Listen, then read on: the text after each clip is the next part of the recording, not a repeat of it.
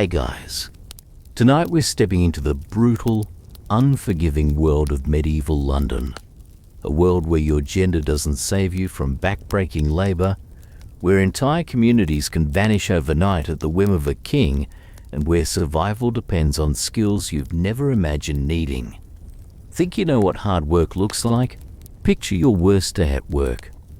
Now multiply that by 1,000 and add the constant threat of public execution for making a mistake. Welcome to medieval London, where working women face challenges that would break most modern people in hours, and where communities rose and fell faster than you can say royal decree. What if I told you that the idea of women only working since the Industrial Revolution is complete nonsense? Tonight, we're traveling back to a time when 80% of women belonged to the peasant class and worked jobs so dangerous they made today's most hazardous occupations look like desk jobs. This is the story of real medieval working women and the communities that shaped their lives. Forget everything you think you know about medieval women sitting quietly at home. The truth? You probably wouldn't survive a single day doing what they did every day of their lives. So before we enter this nightmare together, take a moment to like the video and subscribe, but only if you're ready for some harsh truths about what life was really like for working women and the communities that could disappear without warning. And let me know in the comments where you're watching from tonight and what time it is where you are. It's incredible to see who's brave enough to explore these dark chapters with me, whether you're staying up late, having morning coffee, or settling in for the evening wherever you are. Now dim those lights. Maybe grab something strong to drink. Picture the smell of stale beer mixed with human sweat, goat, and something you pray isn't mold, and let's dive into this tale together. You wake up before dawn to a sound that makes your blood run cold. Your child screaming, the cat stealing food, the dog eating your bread, your loaf burning on the hearth, your calf drinking milk meant for customers, your pot boiling over, and your husband complaining about all of it. This isn't a nightmare. This is just Tuesday morning in medieval England, and you haven't even started your real job yet. You stumble out into the freezing morning air, your breath visible in white puffs as you grab wooden buckets that are already damp from yesterday's work.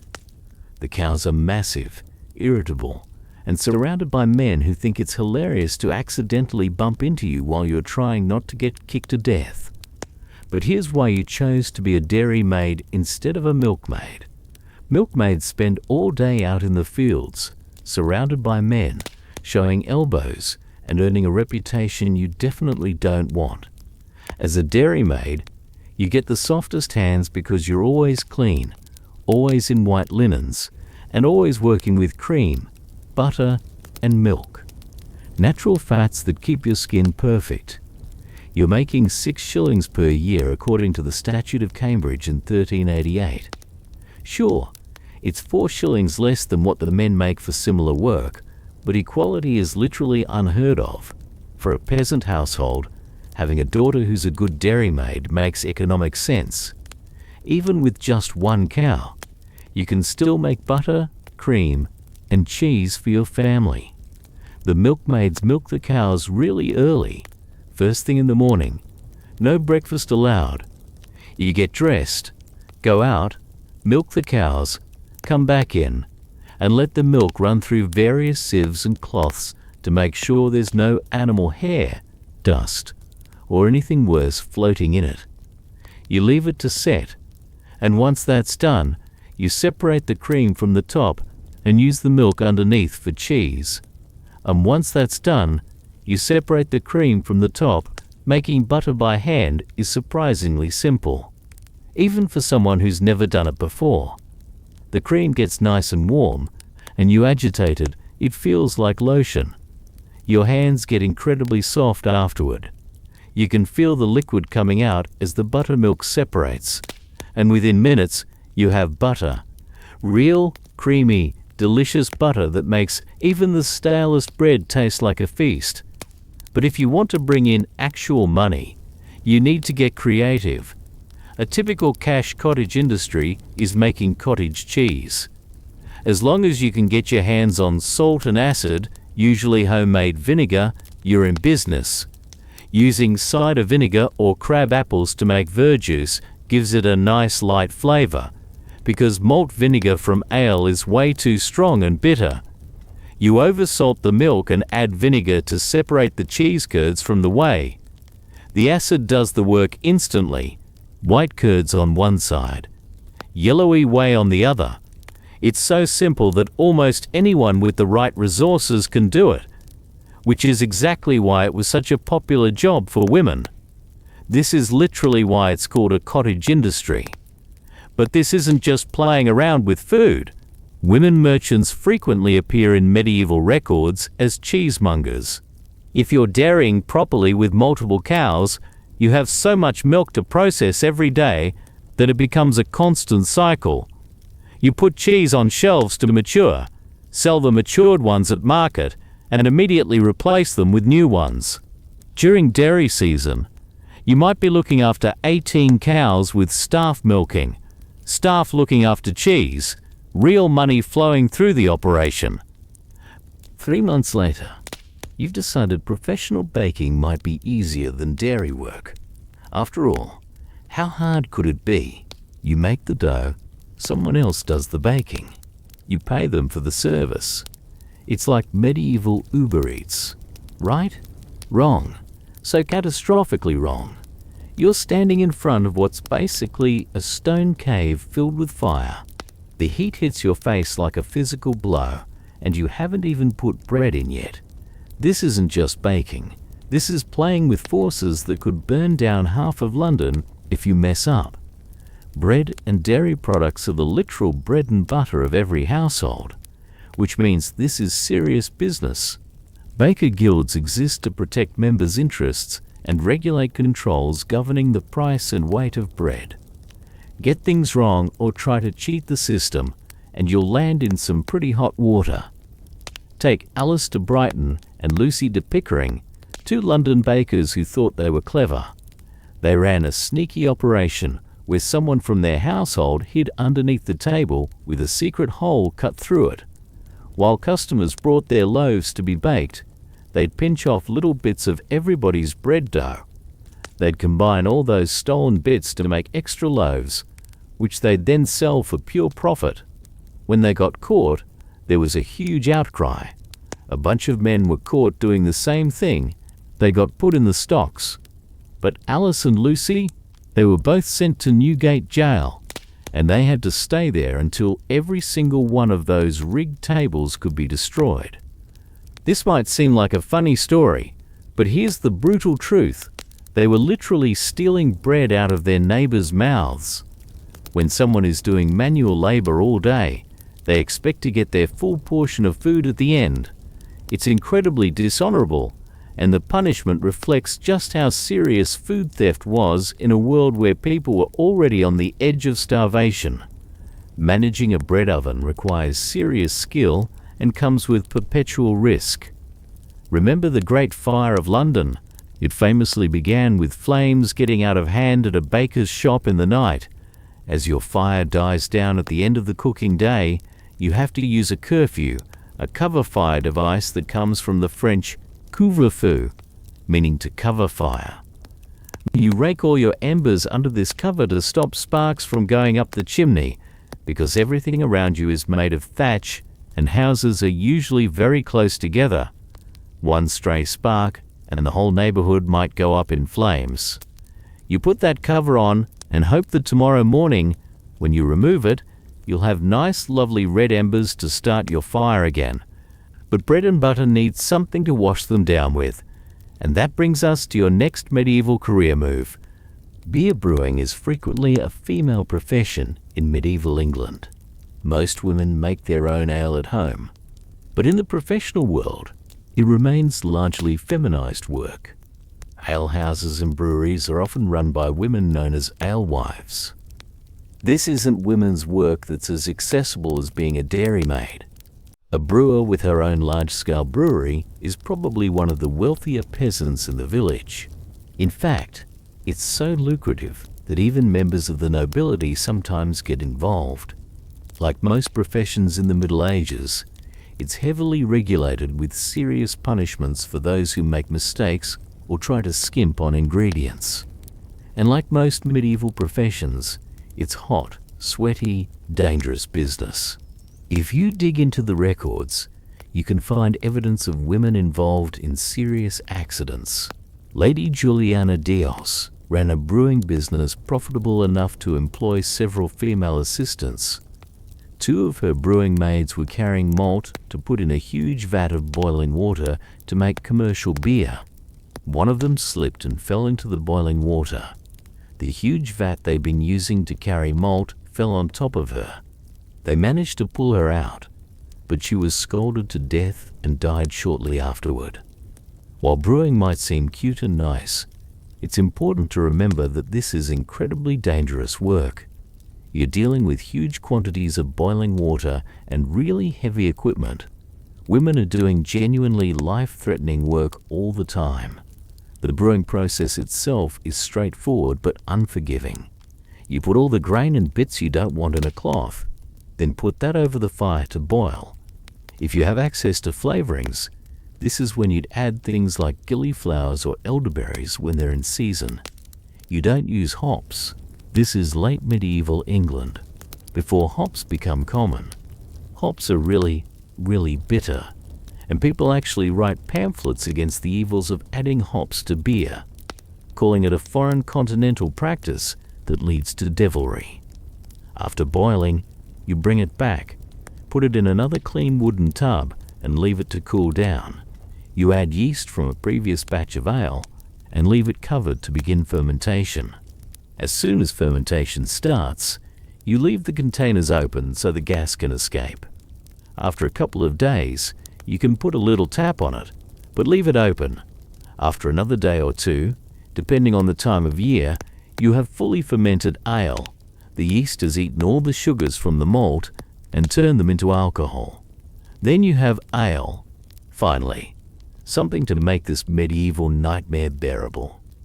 As you move away from the countryside and into towns and cities, records show that urban medieval women work as everything from carpenters to painters, goldsmiths to blacksmiths. But here in the city, there are fewer women producing food and textiles, not for lack of skill, but because they're not allowed to join the men-only guilds and apprenticeships. Despite this massive barrier, women are often allowed to practice if it means continuing the work of an elderly or deceased husband or father. This loophole enables many women to gain a foothold in incredibly lucrative occupations. One particularly successful tradeswoman worked at Greyfriars Church in London as a specialist stonemason, carrying on the family business. Domina Agnes Ramsay was the daughter of master craftsman William Ramsay, and it makes sense that she becomes a master mason herself upon his death in 1349. What isn't common is the level that Agnes was able to maintain. She's contracted by none other than Queen Isabella herself to make the funerary tomb for Edward II at Greyfriars in London. The cost of this contract was £100, an absolutely vast sum of money in the medieval period. We know she was working at churches all over London because we have lots of records of her business dealings. This makes perfect sense because London had lots of need for masons. There are plenty of monasteries and churches that always need building. Agnes dies around 1399 because that's when the paper trail dries up. No more contracts, no more records of Agnes, probably no more Agnes. Canterbury Cathedral has seen plenty of changes over the centuries, but the church you see today is nearly all built in the Middle Ages. The team that preserves it uses many of the skills perfected by their medieval predecessors, and women like Jen Jordan follow in the tradition of female masons. Canterbury employs about 14 masons directly, including apprentices all working just for this one cathedral. The fact that there are female masons coming up through the apprenticeship system isn't unusual, even from a historical context. Across all the cathedrals, they've had a fair share of female masons. Wherever possible, medieval methods are still used, from traditional paper templates to hand tools. This is a handmade cathedral, built with techniques that haven't changed in hundreds of years. Learning to work stone properly takes years of training. One good strong hit with the hammer, then draw it back. Get it wrong, and you end up with a completely crooked line that makes your work look like amateur hour. Ancient pieces wait for repair alongside newly created stonework ready to be put in place. Finials and apex stones create those high medieval pointed arches, proper Gothic stonework. The original stone on Canterbury is Caen stone, a beautiful limestone, but resources are limited. Similar stones like French limestone have to be substituted when the original isn't available. Stone is a finite resource, especially when you're using it to build huge structures like Canterbury. Caen stone came from Normandy in northern France, famous for its own castles and churches. The stone was heavily used in England after the Norman conquest. Detailed pieces crafted by modern female masons will be raised up into Canterbury's vaulting, continuing a tradition that spans nearly 1,000 years. It's tempting to think that if a job was more physical, then perhaps women wouldn't be involved. But skilled and back-breaking work from the field to the dairy to the stonemason's yard was undertaken by men and women regardless of the physical strain. A great example of this is in the records of the Tower of London, where documents reveal women working in one of the toughest medieval professions. The tower was a bustling place, really a miniature town. There were houses, pubs, forges, weapon stores, and even a zoo. All sorts of trades operated here. People who sold food and wine, people who made things. The Royal Armoury, essentially the weapons factory for the country, and the Royal Mint, making the nation's coinage. Catherine of Berry ran a forge at the tower in the 1300s. She took it over after her husband passed away and ran it on behalf of her son, who went to fight at the Battle of Crecy in 1346. In the following century, Margaret Murch was also a blacksmith at the tower. This hints at the medieval concept of coverture. If you're a busy man like a blacksmith spending all day in the forge, you don't just get married because you love someone. You want an equal partner, someone who's going to help out with the business, not just be a beautiful wife at home cooking meals. It's a business partnership as well as a marriage, if you're lucky. Women like Catherine and Margaret were probably just the tip of the iceberg. There were likely hundreds of women working at the tower in professions not usually associated with women, hands-on, quite hard manual labor. But the records don't tell us this, so we only have these few tantalizing glimpses. Finding details about the lives of medieval women isn't just a challenge when studying the working classes. There isn't much written about women at the top either. Matilda of Flanders, wife of William the Conqueror, who built the tower originally, has records so scarce you have to piece together little threads to get any sense of what the Queen herself was doing. If it's that hard to find information about queens, imagine the challenge when it comes to women working in forges or doing manual labor. You have to squint so much harder to see them, but they're there if you look hard enough. What we're seeing is just a fraction of the real picture. Using the same equipment and tools available to a 15th century blacksmith, let's see what Catherine of Berry and Margaret Murch faced every day. Making something as simple as a knife requires skills that could save your life or kill you if you get them wrong. First, you need metal with a bit of an angle. You'll forge a blade on one side and leave the rest as an all-metal handle. The first step is heating it in the fire, but it cools down incredibly fast, faster than you'd expect. You have to keep putting it back in the fire and hammering constantly. You hammer a point on one side while the metal is red hot, moving the metal as you work. You can see your mark developing, a little neck that will become your blade. with the handle continuing from there. The physical demands are relentless. Your arms ache within minutes, and this is just the beginning. Forging the cutting edge requires holding the metal at an angle and hitting just on the edge. Every strike has to be precise, powerful, and timed perfectly. Get it wrong and you're starting over. Get it really wrong and you could seriously injure yourself. The heat is overwhelming. The smoke burns your lungs, and the repetitive hammering sends shockwaves up your arms. But somehow, after what feels like hours of brutal work, you have a knife.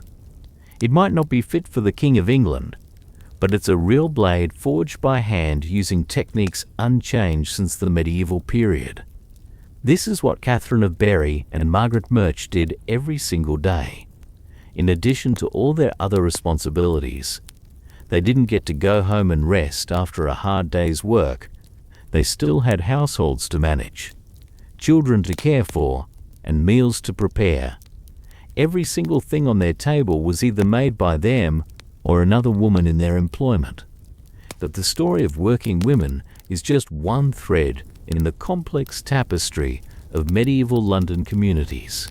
According to the medieval chronicler Geoffrey of Monmouth, Britain was founded by Brutus, a Trojan who, following the defeat in the Trojan War, sailed to Britain, defeated the race of giants living there, and built his palace on the exact spot where London stands today. It's a founding myth, but what about the actual medieval London communities? There's literally no better way to define who is a member of the community of London than by whether you're inside the wall or outside it. The wall itself was built by the Romans when London was Londinium, constructed from the 2nd to 3rd century BC. After the Romans left, Londinium actually collapsed and the settlement moved outside the walls. But the walls were still used for defensive purposes. When battles took place, the Anglo-Saxons would come inside the walls for protection. In 886, when London was re-established by Alfred the Great, he moved the Anglo-Saxon settlements from outside the walls back inside and rebuilt the initial Roman walls as a symbol that London was back again. Walls have multiple functions beyond protection. Yes, London's extensive walls protected from armies and river pirates which attacked multiple times throughout the medieval and Roman periods, but they also served taxation purposes. If you want to bring goods to market in London, one of the largest cities in Europe, the wall means you have to bring everything through gates where city guards can check what you're bringing and ensure you're paying appropriate taxes. For all intents and purposes, if you're at the wall, you're at the edge of the city and at the edge of what the city can offer you. Poor neighborhoods are distributed toward the outer edges, while the richer areas are in the middle where things are safer and better guarded. The medieval wall built off the Roman foundation shows a distinctly medieval idea of what makes things important. For medieval people, Roman things were always considered better and more authoritative. When Alfred decided to move London back onto Old Londinium and re-establish the walls, he was saying this is a big, important city once again, the sort of place where people rule from. When the Normans took over after 1066, one of the first things they did was rebuild these walls even bigger than before, adding 7 new gates and 13 new towers along the river. Everyone knew who was in charge and what London was doing. The Temple is a perfect example of how communities work within London and how their fortunes can change very suddenly. As the name suggests, it was set up by the Knights Templar, a crusading order initially established in Jerusalem that worked essentially as a bodyguard service. For most Christians in the medieval period, your number one goal is to someday go on pilgrimage to Jerusalem. Since Jerusalem is a dangerous place in hostile territory, you want bodyguards while you do that, and that's what the Knights Templar offer. They're an incredibly popular order that people really like to donate to. If you want to prove you're holy, You say, I'm going to make sure the bodyguards are there when I eventually do my trip to Jerusalem. The Knights Templar operate all across Europe, but here in London, they have their own temple named after the Temple of Solomon in Jerusalem, where their home order is technically based. They have a church, but they also control all this prime real estate in the middle of London. This is all well and good until 1312. By then, the Knights Templar have become so incredibly rich and powerful that they're starting to annoy the church and kings. In France, the king notices how much land and power the Knights Templar have and sees an opportunity. He accuses them of heresy, claiming they've been worshipping the devil. This means he can take all their property and make it his own. This becomes a very popular idea. By 1312, the Pope officially abolishes the Order of the Knights Templar, and their land is seen as up for grabs by rulers and other religious orders.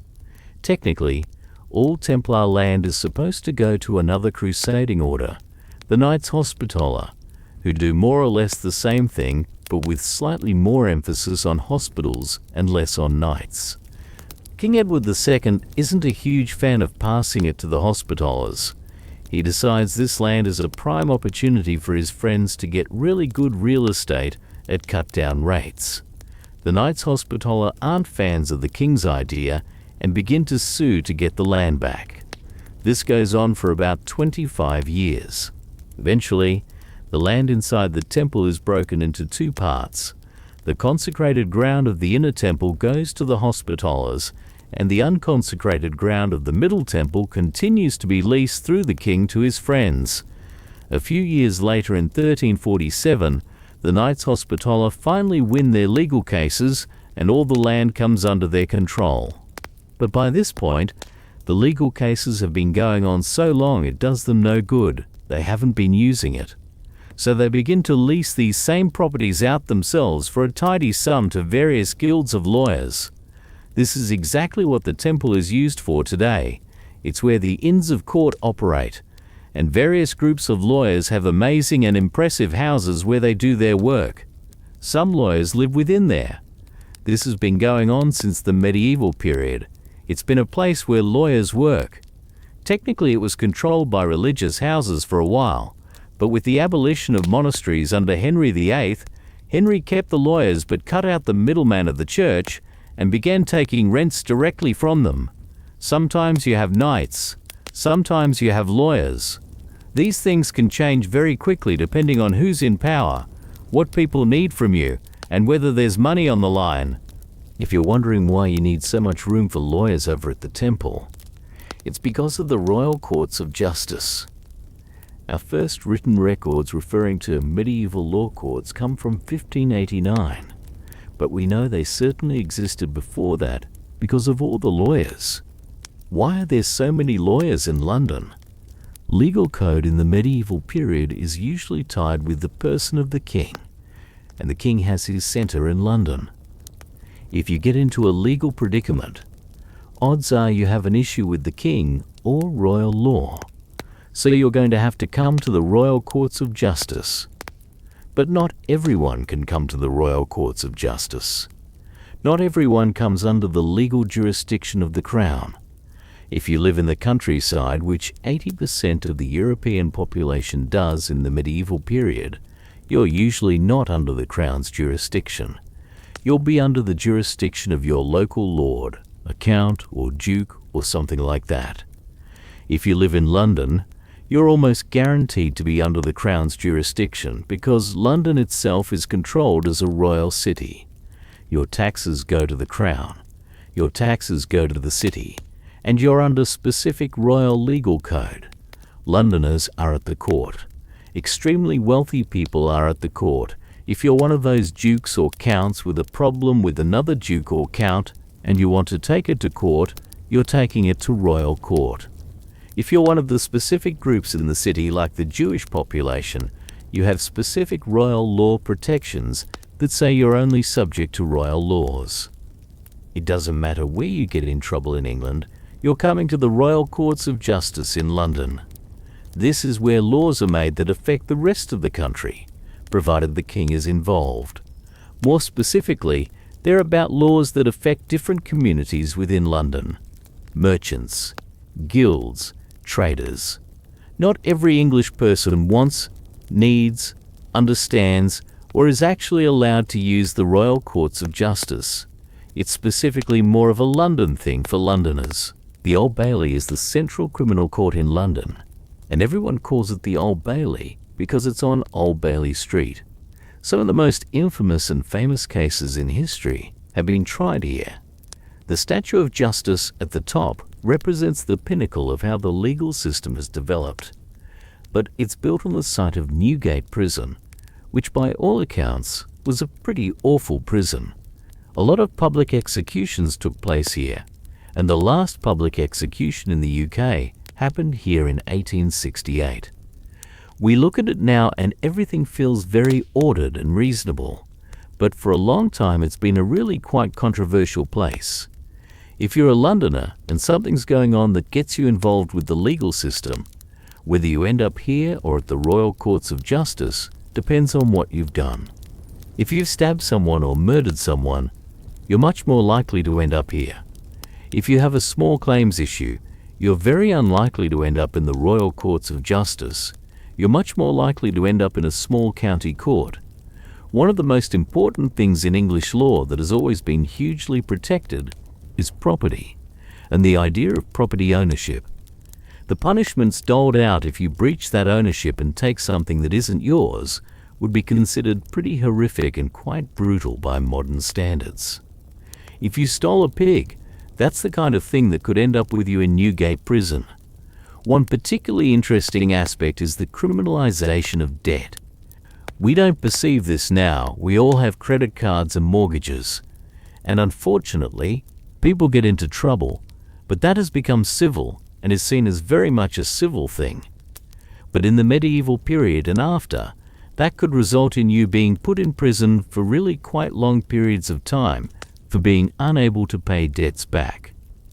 People who are arrested for property offences and debt issues include children, what we would now describe as children being found guilty of crimes and locked away. It's not just poor people getting into trouble for debt either. Regularly, though not frequently, aristocrats and nobles are also put in prison for debt-related issues. Your experience is very different depending on whether you're wealthy or not. If you're wealthy, you can afford better food, better rooms, a nicer experience, and you can bring servants with you to look after you. If you're poor, you're effectively thrown into a room and left to get on with it. When we're talking about debtors' prisons, prisoners would often have to buy their own food. If you don't have any money and you can't afford food, and you're in there because you're in debt, you just end up getting into more debt. It's an awful cycle where they're never going to escape. Ely Place is one of the most fascinating places in the City of London, because technically it's not in the City of London, it's in Cambridgeshire. As the name indicates, Ely Place is owned and under the jurisdiction of the Bishop of Ely. The Bishop of Ely had his palace here, so if he needed to attend to legal matters or meet with the king, he could come and stay in his palace. Because it's under the jurisdiction of the Bishop of Ely, this church, one of the few medieval churches left in the City of London, is technically named after an Ely-based saint, Saint Etheldreda. The church is specifically named after her to spread her cult in London itself. Saint Etheldreda was very famous in the medieval period for growing the best strawberries in London, and there's still a strawberry fair here every August. The reason why this legality is interesting, other than just pub trivia, is this. Say you've broken a law. You're on the run from a posse. You know you're going to be cornered soon. If you're running through London and you get yourself to Ely Place, duck into the pub. Technically, the posse has no legal jurisdiction here. You can sit back, relax, and sink a couple of drinks without them being able to do anything about it. We're moving on from the Old Bailey and the Royal Courts of Justice, but the thing about punishment in medieval London is it's not always tied to actual courts. One of the things that happens a lot is executions, and we're walking toward one of the big execution sites, Smithfield. William Wallace was executed at Smithfield, and a lot of common criminals are executed there as well. It's a real hotspot for public execution. Common criminals means what we would probably call the more serious crimes nowadays, things like murder, but also some crimes we wouldn't necessarily imagine, like counterfeiting. That was a real problem in the medieval period and into the early modern period. It's one of the reasons why coins have ridges around the sides, so you can't shave a bit off and collect the shavings. Smithfield is an incredibly important place in the medieval period, but you could almost be forgiven for not knowing that, because when you come around the corner, the first thing you see is the giant Victorian meat market. It would have been Fields, which is why it's called Smithfield. Almost impossible to really imagine.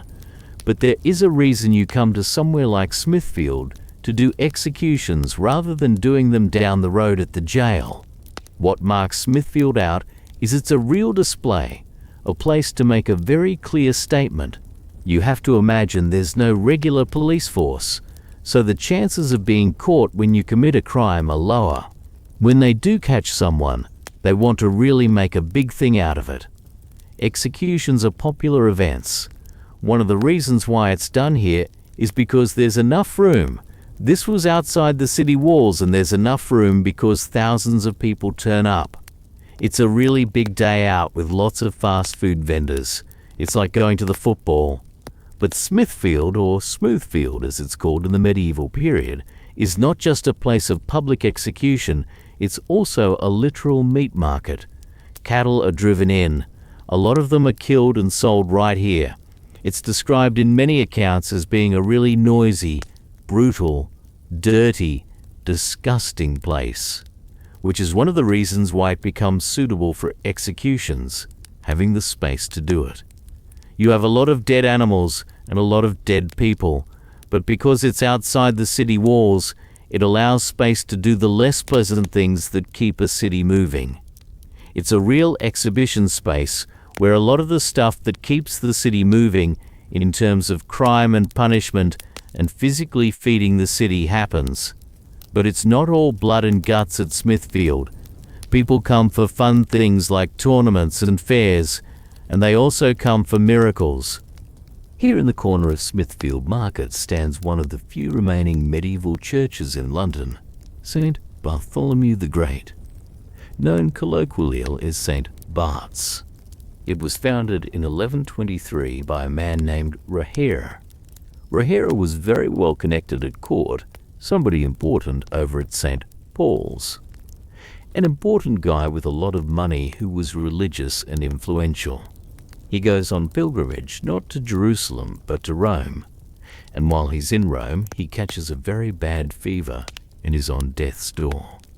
Like any good religious man of the time, he prays to God, "God, if you bring me through this illness, when I get back to London I'm going to establish a church." Lo and behold, Rahera recovers and off he goes back to London. On his way back, he has a vision from St. Bartholomew, who tells him, "God didn't save you, I saved you. So when you get back to London, you're naming a church after me." He does exactly this, and the result is St. Bartholomew's. Interestingly, at St. Bartholomew's, miracles begin to occur, specifically on St. Bartholomew's feast day in August. Over and over again, people come who say they've been spontaneously cured. It starts to get a reputation, and more people start to come. The Augustinian friars who stay at St. Bart's eventually have to found a hospital to care for all the sick people who come along. So if you come to St. Bart's, maybe you'll get a miracle. Worst case scenario, you have a bunch of monks with good medical training who will look after you for free.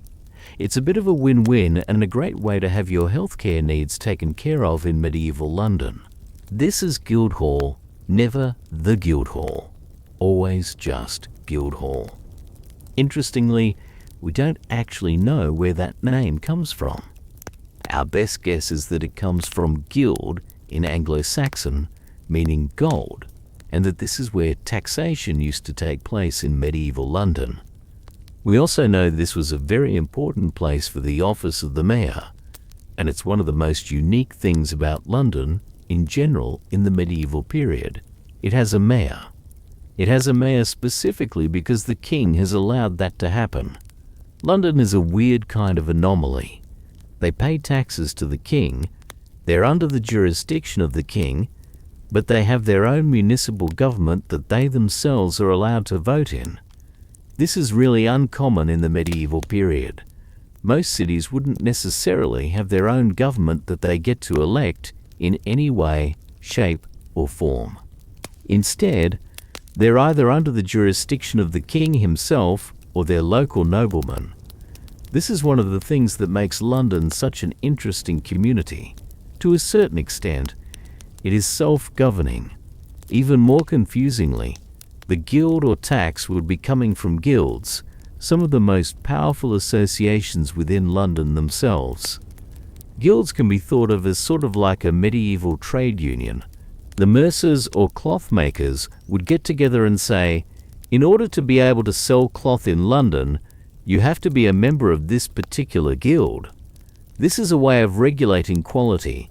You know that if you're getting London guild cloth, it's always going to be of high quality because these people have to answer to their guild about it.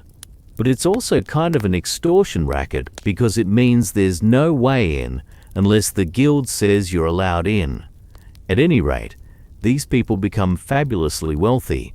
They're the sort of person who gets elected mayor, and they're the people who are paying taxes at Guildhall.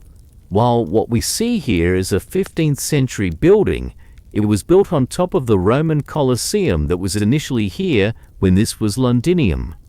This is again another great example of how Londoners enjoy taking Roman things and rebuilding on top of them to associate themselves with Roman importance and make sure everyone understands how important a particular place is.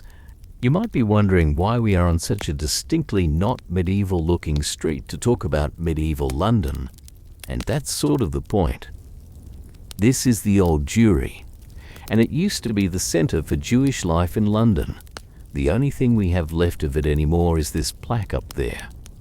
The Jewish history in England is a super interesting one. We know there were Jews living in the country in the 6th century, and we know this because of laws prohibiting Christians from having dinner with Jews. The Jewish community greatly expands. However, after the Norman conquest, when the Jewish community in Rouen was invited over along with William the Conqueror, the Jewish community was invited to London to do one specific service: lend money. This is because for medieval people, lending money at interest was considered a sin for Christians. It was sinful to lend money to Christians. For Jewish people, it was sinful to lend money to other Jewish people, but Jewish people had a provision where they were allowed to lend money to Christians. The sin of usury, or lending at interest, did not count for them when lending to Christians. The Jewish community was invited in expressly to provide these financial services, and they had a royal law that said they could do this. This is called the Jewish Charter.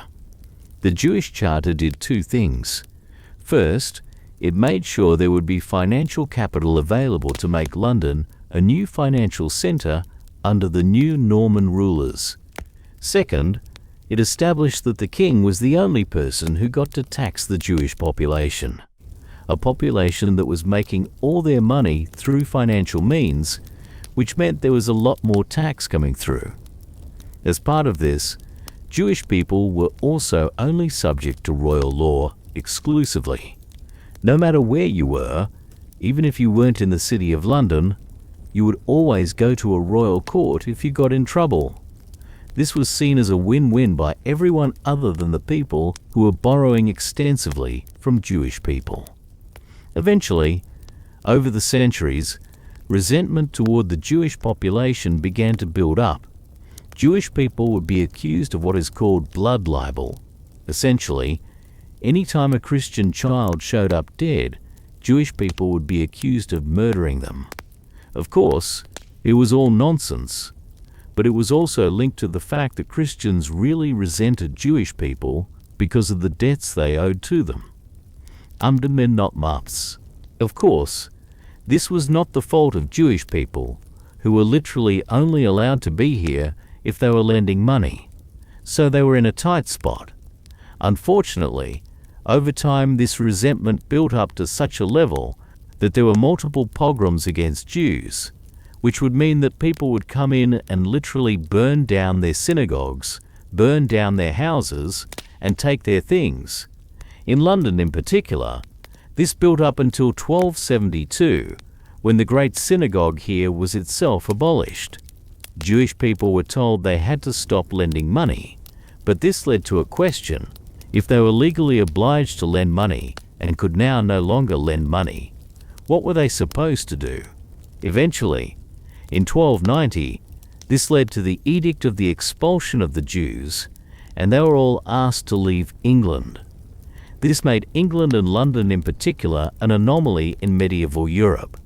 Every other major financial capital would have a thriving Jewish population providing financial services. England and London stood alone in making sure they no longer had a Jewish population that could do that. This is another sad story about the rise and fall of particular communities within London. And it's another story about how communities can completely be discarded once they are no longer useful to the individuals who asked them to be here in the first place. In particular, the reason why Jewish people in London fell out of favor was being too good at their own jobs. Eventually, the king was in more debt to Jewish people than he was making in taxes from Jewish people, and at that point they're asked to leave. It's another opportunity for us to ask, how do communities work? Who's a part of a community? How do they serve it? And how do we delineate between those two things? We're here in Southwark, which is technically not a part of medieval London, in order to talk about a community of people that was considered absolutely indispensable for medieval London, who served medieval London, but by their very definition were not allowed to be in medieval London. I am talking about the Winchester geese, otherwise known as the sex workers of Southwark. Sex work occupies a really nuanced position in the medieval world because it's considered to be absolutely necessary for the functioning of a good society. St. Thomas Aquinas has referred to sex work as the cesspool that keeps the palace of God clean. So what that indicates is that while it's certainly something considered necessary, it's not generally considered to be allowable. Sex work in any major city had to usually take place somewhere not in the middle of it, because it's no one's favorite feature. Sometimes that would mean you needed to do sex work up against the city walls, just outside the city walls, or here in London, across the river in Southwark. Sex work in this instance is not what we would call specifically decriminalized, but it's legal. So there's a right way to do it, there's a wrong way to do it, there's a right place to do it, there's a wrong place to do it. In London, you need to be here in Southwark, but you also need to be wearing specific clothing, also called a hood of ray, which is a kind of headdress made out of black and white striped cloth. Basically, as soon as someone sees you, they can identify that you're a sex worker, and you definitely have to be doing your sex work here in what is kind of like a pleasure district. Some of the things that go on in Southwark are certainly sex work, but there are also the Southwark stews, which are just up on the river. That's where people go to bathe for pleasure. Contrary to popular opinion, bathing is huge in the medieval period. They absolutely love it. They see it as going to the spa, and that's where you get your bathing done. But everyone's kind of hot, everyone's kind of naked and wet, and that lends itself to kind of sexy thoughts, and the sex workers are here to take advantage of that. So what happens if you are one of the hundreds of women who's required to do sex work in the City of London? Well, if you do it legally and you do it right, it doesn't have the same kind of stigma that it has today. Say you work as a sex worker and you're tired of it. You're a little bit over it. You want to do something else. What you do is you go to your local priest and you say, "Bless me, Father, for I have sinned. I've been working as a sex worker." He'll say, "No worries, my child. Welcome back to the fold. Your penance is that you have to get married and start a family, and then that's it. You're out." But what happens if you don't make that 180-degree turn? Well, unfortunately, you might end up when you die in somewhere like this. It's a very beautiful spot. But this is the Crossbones graveyard, unhallowed ground, where all of the unrepentant sex workers were buried because they died outside of communion with the Catholic Church. So if you die in a state of sin, you have to be buried here instead of a regular churchyard or graveyard. Sadly, along with the sex workers, there's also a number of children who are buried here. There's a very high infant mortality rate and very high child mortality rate in the medieval period. And if your child as a sex worker dies, then they're considered slightly sinful as well. And they are often buried in the same place that their mothers ended up. As I said before, one of the colloquial terms for sex workers were the Winchester geese. Where do they get that name? Well, this is a nice little business opportunity for those who are ready to exploit it. And one of the primary people who was interested in exploiting it traditionally was the Bishop of Winchester. Much like the Bishop of Ely having land in London, the Bishop of Winchester owns almost the entire south bank of the river here in Southwark. This is a place where all the stews are. People come to take baths. People come to sex workers. He sees this as a nice business opportunity, so he rents out the land to various sex workers and he gets to recoup the money from that. His soul and conscience are completely clear. This is something that is completely acceptable within a Catholic context, but it's also massively hypocritical. He's recouping all of the money that all these women are making, but if they're dying in that profession, they're dying outside of his care and they're buried here, away from it. So this is another example of a medieval community who are considered absolutely indispensable, completely necessary for urban life, and when they are financially expedient and making money for someone else. But the second it becomes theologically difficult, they can be disposed of without it ever troubling your own conscience. Medieval London is a community, but within that community there are several separate other communities that have their own parts to play. Whether they're legal, religious, pleasure-centered, or financial. Each one of those communities' fortunes can rise and fall depending on their use to the other individuals within that same community. So when we're talking about medieval London, we're definitely talking about one city, but we're talking about several communities within that as well. In other words, we can think of medieval London like one beautiful tapestry. Lots of individual, interrelated threads come together with their own important influences to create one contiguous and beautiful whole. But here's what's truly terrifying about this beautiful tapestry. Any thread can be cut at any moment. The Knights Templar, gone overnight. The Jewish community, expelled with a single edict. The sex workers, essential until they're not. Even the hard-working women, the dairymaids, the bakers, the blacksmiths, their livelihoods depend entirely on the whims of those with more power. You've spent this night walking through medieval London, experiencing what it was like to wake up before dawn as a dairymaid with hands cracked from cold, to feel the searing heat of a forge as a female blacksmith, to risk everything on a single batch of bread. You've seen communities rise to prosperity and fall to nothing, sometimes within a single generation. You've learned that being a working woman in medieval London meant more than just surviving the physical demands of dangerous jobs.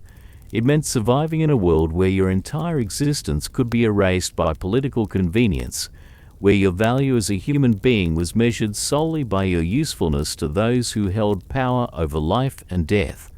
The women whose stories we follow tonight, Agnes the Master Mason, Catherine the Blacksmith, the unnamed dairymaids and bakers and brewers, they didn't just work to survive, they worked knowing that any day could be their last, that any mistake could mean death, that any shift in political wind could destroy everything they'd built, and yet they persisted. They got up before dawn. They heated the forges, they churned the butter, they risked everything to carve out a place for themselves in a world that saw them as expendable. Their strength echoes through every woman who's ever fought for her place in the workplace, who's ever refused to be told she wasn't strong enough, skilled enough, or important enough to do the work that needed to be done. Sweet dreams, Agnes Ramsay. Sweet dreams, Catherine of Berry. Sweet dreams to all the nameless women whose hands built medieval London, one dangerous day at a time.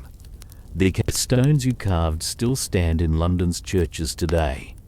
The techniques you mastered are still used by craftspeople, and the communities you helped build became the foundation for the city that rose from your ashes. You proved that being a working woman isn't about the century you're born in. It's about the courage to keep working when the world tells you to stop. And tomorrow, women everywhere continue writing that story, one defiant day at a time,